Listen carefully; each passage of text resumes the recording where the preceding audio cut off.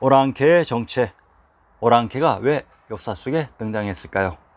무력으로 정권을 잡을 수 있었던 재정분리 시대와 현재와 같이 투표를 통해 정권을 잡을 수 있는 시대와의 차이점은 그 정권 탈취와 획득 또는 승계를 위한 도구, 수단이 무력이냐 또는 여러 가지 방법에 있어서 제한이 없었으며, 현재는 오직 투표에 의해 결정된다는 것이며, 공통점은 승자가 집을 차지한 집권 세력인 여가 되고 패자는 집에서 들판으로 쫓겨난 야가 됩니다. 제 몇 대 공화국에서는 여는 무슨 당이었으며 야는 누구였다고 명쾌하게 나옵니다. 그리고 이러한 명쾌한 상태가 계속되고 기록될 것입니다. 이것이 누구나가 인식할 수 있는 바른 역사입니다. 정치의 속 내용을 떠나 겉껍데기는 분명한 것입니다. 그런데 차이나 포함 우리의 역사는 상고사 이래 제 몇 대 공화국에서는 여는 무슨 왕조라고 명쾌하게 나오는데, 이전에 패망한 세력은 흔적도 없이 사라지고 오랑캐라는 별도의 세력으로 등장하도록 역사를 조작했습니다.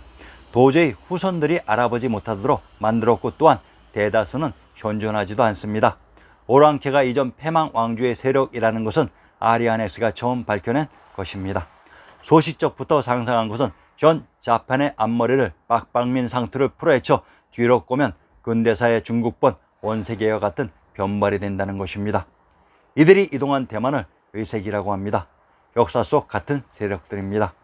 하나라의 걸왕을 멸하고 상나라를 건국한 탕왕, 은나라 주왕을 멸하고 주나라를 세운 무왕은 적국이었던 하상은의 세력들을 과연 오랑캐 쌍놈이라고 욕했을까요? 천만의 말씀입니다. 천하의 천자인 황제는 모두 내 백성이라고 생각해서 공평하게 정사를 펼쳤습니다. 근대에 벌어졌던 일제강점기 우리의 역사인 중국사 25사를 조작해서 현 차이나에 이식하고 한반도의 새로운 기상천외한 역사를 만들어 한국사로 조작 이입하면서 이때 정치의 불명예 알아볼 수 없는 오랑캐가 만들어지는 것입니다. 역사를 거짓으로 뒤집어 쓴 자들 역시 그들의 국민들이 역사의 진실을 알면 안 되고, 역사를 빼앗긴 자들 역시 그들의 국민들이 역사의 진실을 알면 안 되기 때문에 역사 속에 정체불명의 세력들이 계속 등장해서 정신을 차릴 수 없도록 만들어 놓았던 것입니다. 바른 역사와 바른 족보는 누구나가 알아보기 쉽도록 명쾌합니다. 그런데 조작된 역사와 조작된 족보는 후손들이 알아볼 수 없도록 만들어져 있습니다. 참으로 이상하지요. 역사 속에는 무수히 많은 오랑캐가 등장했는데 현존하는 국민 중 오랑캐 세력의 자손들은 한 명도 없습니다. 그들 오랑캐의 후손들은 전부 어디에 갔을까요? 조작된 역사를 밝히거나 복원시키기 위해서는 발상의 전환이 필요합니다. 남들과 똑같은 사고방식을 가지고 있으면 절대로 진실을 볼 수 없을 것입니다. 우선 동영상 제31회 흉노의 이동이 있으니 꼭 참조하시기 바랍니다. 한족과 오랑캐. 현 차이나의 대부분의 인구를 한족이라고 합니다. 한족이라는 용어는 한고조 유방이 건국한 한나라에서 기원한 것이라고 합니다. 우리의 지리지 신증동국여지신남을 읽고 습득한 경험의 전과 후. 신증동국여지신남은 황제의 명에 의해 만들어진 지리지 최상위 개념 교과서입니다. 비록 그 지리적인 위치 비정이 원 역사의 무대를 서술한 원본이 조작되고 현 한반도에 이입되면서 역사 조작의 의도에 따라 위치가 뒤죽박죽 바뀌어 있지만, 그 속에 담고 있는 내용은 역사 속 원무대를 서술하고 있는 원본의 내용들이 그대로 담겨 있습니다. 신증동국여지신남에 한나라부터 상은나라를 포함 주나라의 모국 태빈 빈주가 역사 속의 전주이며, 그 전주가 한고조 유방의 고향 풍패라고 정확히 적혀 있습니다. 한나라가 우리의 역사라고 하니 그러면 현 차이나의 국민들은 모두 역사 속 전주에서 기원되었을까요? 넓은 생각으로 판단하면 그럴 수도 있겠지요. 그러나 전주인 빈주는 밝음을 한자 빈으로 음차한 것입니다. 오스트리아의 수도 빈이 역사 속 전주의 지명이었으며 그 세력이 누구였다고 이미 밝혀드렸습니다. 문제는 역사 속 전주의 세력들이 한글을 사용했다는 것입니다. 현재의 차이나가 한글을 사용했나요? 자신들 한자 발음에 표기 글자가 없어 남의 글자인 영어 알파벳으로 표기하고 있습니다. 만약 내가 차이나의 국민이었다면 매우 이상하게 생각했을 것입니다. 우리는 왜 발음을 표기하는 글자가 없는 것일까? 역사 공부를 하면서 신증동국여지신남을 본 사람과 보지 않은 사람은 천지 차이 이상의 차이가 생길 것입니다. 이 같은 이유가 현 역사학계에서 신증동국여지신남을 인용하지 않는 대표적인 이유일 것입니다. 신증 동국 여지신함을 인용하는 그 순간 조작된 역사가 모두 밝혀지게 되는 것입니다. 오랑캐. 우리의 역사 속에는 무수히 많은 오랑캐의 존재가 등장합니다. 도대체 그들은 누구일까요? 이 오랑캐의 정체를 밝히는데 그렇게 많은 시간이 들지는 않았습니다. 그 이유는 간단합니다. 너무나도 이들의 존재가 궁금해 생각과 발상을 바꾸니까 그들이 보이기 시작했습니다. 사마천의 사기에서 처음 오랑캐의 정체에 대해 증거를 찾아내었습니다. 그 존재는 견웅으로 소주를 망하게 한 장본인들입니다. 사마천의 사기에서는 견웅의 존재가 나 누구입니다 라고 다 보여주고 있었는데 이것을 아무도 발견하지 못하는 것입니다. 견웅의 존재는 바로 주나라가 패망시킨 상나라, 은나라의 세력들이었습니다. 현재의 표현으로 야당의 세력이었습니다. 사마천의 사기는 조작되었지만 그 조작된 역사의 내용 안에서도 진실을 밝힐 내용들이 숨어 있었습니다. 그래서 역사 공부를 할 때에는 이상한 역사 내용들을 그러리라 하고 당연하게 생각하지 마시고 이상하면 항상 왜? 라고 질문하고 인터넷에서 확인하시면 대오를 잡을 수 있습니다. 상나라는 한 나라를 멸하고 한 나라 사람들을 오랑캐라고 부릅니다. 주나라는 상은나라를 멸하고 상은나라 사람들을 오랑캐라고 부릅니다. 즉 융조 또는 구이. 진나라는 동주와 제후국들을 멸하고 나서 이들을 오랑캐라고 부릅니다. 즉 흉노. 한나라도 천하를 통일하고 나서 자신들 위의 세력을 오랑캐라고 부릅니다. 즉 흉노. 신나라는 전한을 멸하고 나서 이들을 오랑캐라고 부릅니다. 즉 남흉노. 오랑캐란 현재 정권을 잡은 왕조가 이전 왕조의 패망한 세력들을 부르는 용어였습니다. 그러면 왜 진나라와 한나라는 동일하게 이들을 흉노라고 부를까요? 정답은 진나라와 한나라가 취한 9년지의 답에 있습니다. 이들은 이전에 제후국 시스템을 폐지하고 자신들의 피부치 또는 관계인들에게만 봉지를 나누어주면서 이전에 있었던 제후국의 후손들이 전혀 봉지를 받지 못한 관계로 이에 대한 반항으로 결집한 것이 흉노였습니다. 이들은 코리아 국가 시스템의 밖에 있었던 집단이 아니라 그 내부에 있었던 사람들로 이들을 조작해서 역사 조작자 자신들이 필요한 사방팔방에 흉노를 위치시켰던 것입니다. 견웅의 정체. 여산봉화. 여산에 관련된 다른 일화가 다름 아닌 여산봉화라는 사자성어를 남긴 주나라 유황과 포사의 일화가 있습니다. 유황이 포사에게 빠져서 웃지 않는 포사를 웃기려고 거짓 봉화를 몇 번이나 피워올려 제후들의 군대를 불러들여 포사를 웃기다가 결국 견웅 서희에게 망하게 되는 것입니다. 사마천의 사기를 읽다가 처음에는 이 견웅이 누구인지 궁금했습니다. 그런데 집중해서 정독만 했는데도 서주의 마지막 임금 주유황을 공격했다는 오랑캐인 견웅의 정체가 보이는 것입니다. 자, 현 조작된 역사에서는 견웅의 정체를 무엇이라 정의 내렸는지 확인해 봅시다. 견웅과 북쪽, 묘족과 모족 등 변방의 민족들 역시 황제의 후손들이었다. 융산에는 맑고 순한 물이 흘러 들어오며 사람은 견웅이 있는데 이 견웅 속에서 태어난 사람이 황제라고 하였습니다. 주나라는 이 민족이 견웅의 침공을 받았다. 갑자기 밀어닥친 공격으로 주 왕실은 갈팡질팡했다. 급히 봉화를 올렸지만 어떠한 제후도 도와주지 않았다.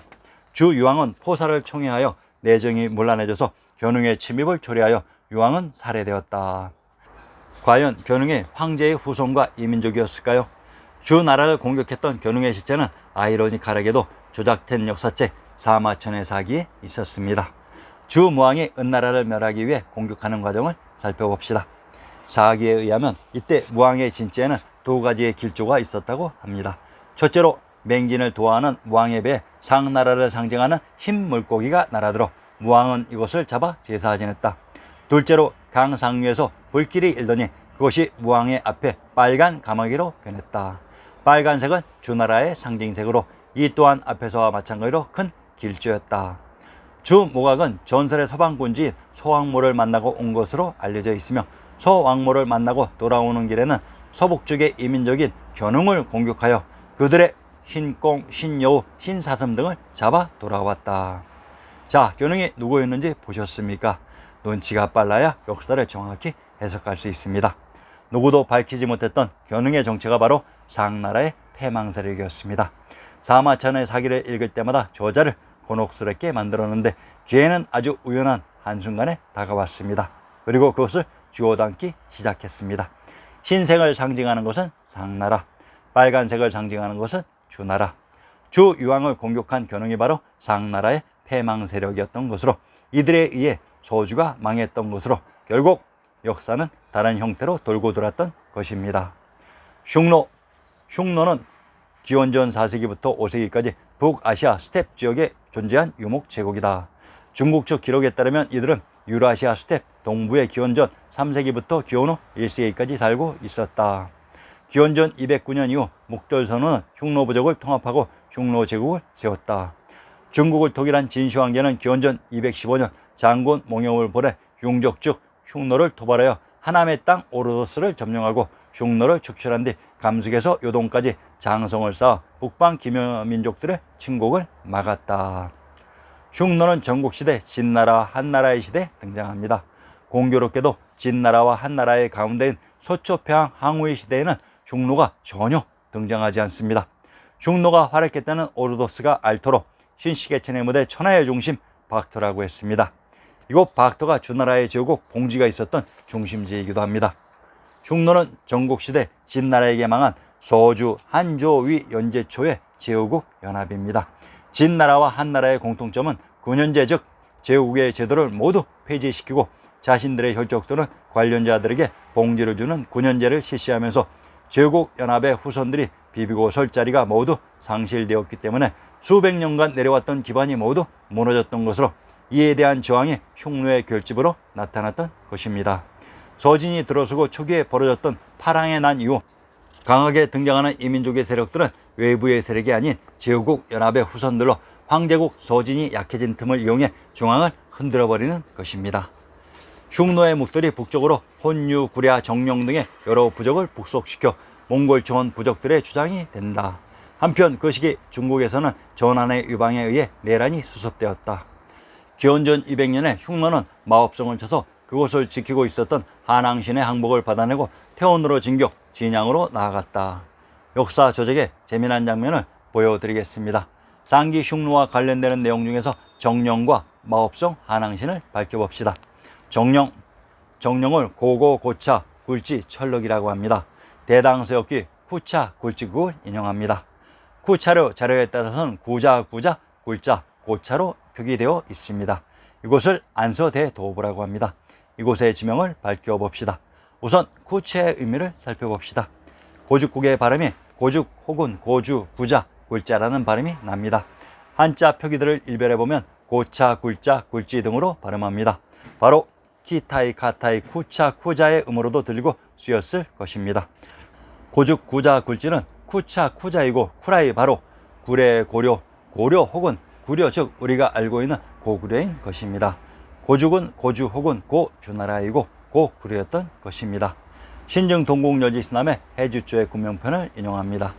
내미, 홀, 지성, 장지, 폭지, 서해, 안서, 수양, 고죽이라고 합니다. 해주의 군명이 고죽이면서 이것을 또한 안서라고 합니다. 정령이란 우리의 지명 해주의 고죽국을 조작했던 것으로 이것을 또한 키타이, 카타인, 고란이라고 합니다. 마업성 한왕신. 기원전 200년에 흉노는 마업성을 쳐서 그것을 지키고 있었던 한왕신의 항복을 받아내었다고 합니다. 신증 동국여지신남 충청도 안산의 군명을 마산, 마읍, 한주, 아주라고 합니다. 한왕이란 한주의 땅을 봉지로 받은 사람으로 이곳 한주를 마읍이라고 합니다. 무엇인가 느끼는 것이 없습니까? 이게 바로 역사 조작의 구멍인 것입니다. 우리의 역사 지명을 그대로 이식해 놓은 것입니다. 한왕신의 마법성을 우리의 지리지 신증 동국여지신남이 이렇듯 입증해 주고 있는 것입니다. 기원전 192년부터 135년까지 적어도 9차례에 걸쳐 한이 흉노에 대한 조공액을 인상했다는 기록을 근거로 이 시기 전한이 흉노의 속국과 같은 존재였다고 해석하기도 한다. 이 시기의 영토는 동쪽으로 동호와 예매, 북쪽으로 예니세이강 상류, 서쪽으로 동투르키스탄, 남쪽으로는 중국의 오르도스 지방과 청해성의 북부에 이르렀다. 흉토의 영토였다고 하는 동호, 예맥, 청해성을 밝혀봅시다. 동호의 호 땅은 아래에서 밝혀드립니다. 호 지역의 동부가 동호입니다. 예맥 지역이란 이와 맥의 지역의 사람들로 우리가 꼭 알아야 할 역사의 기본 상식입니다. 강원도 강릉의 군명이 예국이라고 합니다. 강릉의 군명 철국이란 왕부의 성, 국내성이 있었던 곳이라고 했습니다. 강원도 춘천의 건치 연역을 인용합니다. 본래 맥국인데 신라의 선덕왕 6년에 우수주로 하여 군주를 두었다고 했습니다. 예맥족의 맥이 춘천이라고 합니다. 강원도 춘천의 군명 광해란 광해군이 황제가 되기 이전 가지고 있었던 봉지이며, 춘천의 군명 안양이란 이곳이 안주와 동일한 지명으로 천황님이 계셨던 안시성의 지명이라고 했습니다. 청해성 경상도 김해의 군명을 금주라고 합니다. 그러면 청해란 청주와 동일한 지명으로 천부가 있었던 곳에 지명이 이입된 것입니다. 흉노가 있었다고 하는 모든 곳의 지명이 바로 우리의 지명이었습니다. 오량카이, 우리는 통상 오랑캐를 오량카이라고 합니다. 그 의미를 먼저 살펴봅시다. 오량카이는 중세 몽골에서 몽골 고원의 유목민들이 알타이, 오량카이, 투바인, 야쿠트인 등의 산림민 등을 가리키는 말이다. 10세기부터 중국 문헌에 언급이 나타나는데 시대에 따라 그 의미가 확장되어 단순히 자신들보다 미개하다고 생각되는 집단을 일컫는 말처럼 사용되는 모습을 보인다. 몽골인들은 자신들보다 북쪽에 사는 수련민족을 오량카이라고 불렀고, 명나라와 조선에서는 여진도 오량카이라고 불렀다. 나중에는 건주 여진이 야진 여인을 오량카이라고 부르기도 한다고 했습니다. 오랑캐의 용어인 알타이, 투바인, 야쿠트인은 과연 누구일까요? 상기에서 흉노가 있었던 곳이 오로도스라고 했습니다. 이 오로도스가 바로 알타이인 알토로 이곳이 부더인 박터라고 했습니다. 투바인이란 터박 즉 박터인이라는 말입니다. 야쿠트인의 키쿠트는 카터인 샤카토 스키타이라고 했습니다. 그러면 키타이 카타이인 거란을 또한 살펴봅시다. 거란, 중국의 영어식 표현인 캐세이와 러시아어로 중국을 뜻하는 키타이, 몽골어로 중국을 나타내는 갸타드 등은 모두 거란에서 유래하며, 거란인들이 스스로를 가리키던 명칭은 키탄으로 추정된다. 키타이와 스키타이는 카터인 샤카토의 박토라고 했습니다. 그러면 이를 증명해 봅시다. 먼저 집사와 몽골 비사에서 징기스칸이 키타이의 수도인 송도를 공략하는 과정을 살펴봅시다. 징기스칸이 본대를 이끌고 키타드를 후퇴시켜 카라키타드와 주르체드와 주인의 용맹한 군대를 제압하여 차부치알에 이르도록 썩은 나무가 쌓이도록 죽였다. 제베가 차부치알의 관문을 취하고 고개들을 빼앗고 넘어 징기스칸이 히라텍투르에 수경했다. 송도를 공격하고 성마다 도시마다 군대를 보내 공격하게 했다. 주르체드와 주인은 여진족입니다. 위 몽골 비사에서 징기스칸이 키타이의 수도로 송도를 공략하는 과정에 나오는 지명 중 고용관과 용호대가 등장하는 문장을 하나 인용합니다. 조선의 동문선 17권에 나오는 설장수의 고추 가몽이라는 시입니다. 조선의 개국공신으로 날리던 사람입니다. 고용관 및 예저 창평고을, 용호대 앞에 옛날 황제의 소울. 조선의 개국으로 고려의 수도가 황폐화되어 있는 것을 보고 그 감흥을 읊었습니다. 그 송도에 가장 유명했던 두 지명을 읊고 있는데 묘하게도 고용관과 용호대입니다. 징기스칸이 키타이의 수도 송도를 공략하기 바로 전에 거친 지명이 고용관과 용호대입니다. 그런데 설장수의 시는 고려의 수도 개경송도 앞에 있는 지명으로 언급하고 있습니다. 그렇다면 키타이, 스키타이, 샤카토가 바로 박터인 고려라는 말입니다. 소하 또는 민약은 1032년에서 1227년까지 중국 북서부의 감숙성 섬서성에 위치했던 티베트계 탕구투족의 왕조이다. 소하는 탕구투 유목민들이 감숙성 알라샨 오로도스에 세운 나라이다. 탕구투족은 자신의 나라를 크고 높은 나라라고 불렀었다. 소하가 있었다는 오로도스는 흉노와 오랑캐가 있었다고 하는 알터인 박터였습니다. 소하의 다른 이름이 탕구투로, 탕구투는 7세기에서 13세기 사이에 중국 북서쪽의 사천성 북부, 청해성의 북부, 감숙성 등에 존재했었던 티베트의 한 분파라고 합니다.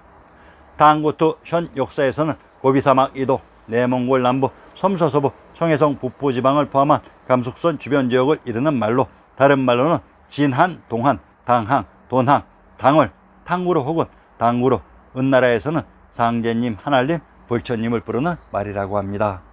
상기 인용문에서 서하인 탕구투를 진안이라고 합니다. 경상도 경주의 군명을 진안이라고 합니다. 오랑캐의 정체를 모를 때에는 참으로 한심스럽지만 알고 나니까 참으로 우습고 야속하지요. 정묘 병자호란의 주인공 오랑캐란. 자, 그러면 총조선시대 정묘 병자호란을 일으킨 주인공들은 누구였을까요? 주나라의 제후국 중 우순의 후손에게 봉기로 준 진나라를 인용합니다. 호공만은 우순의 자손이다.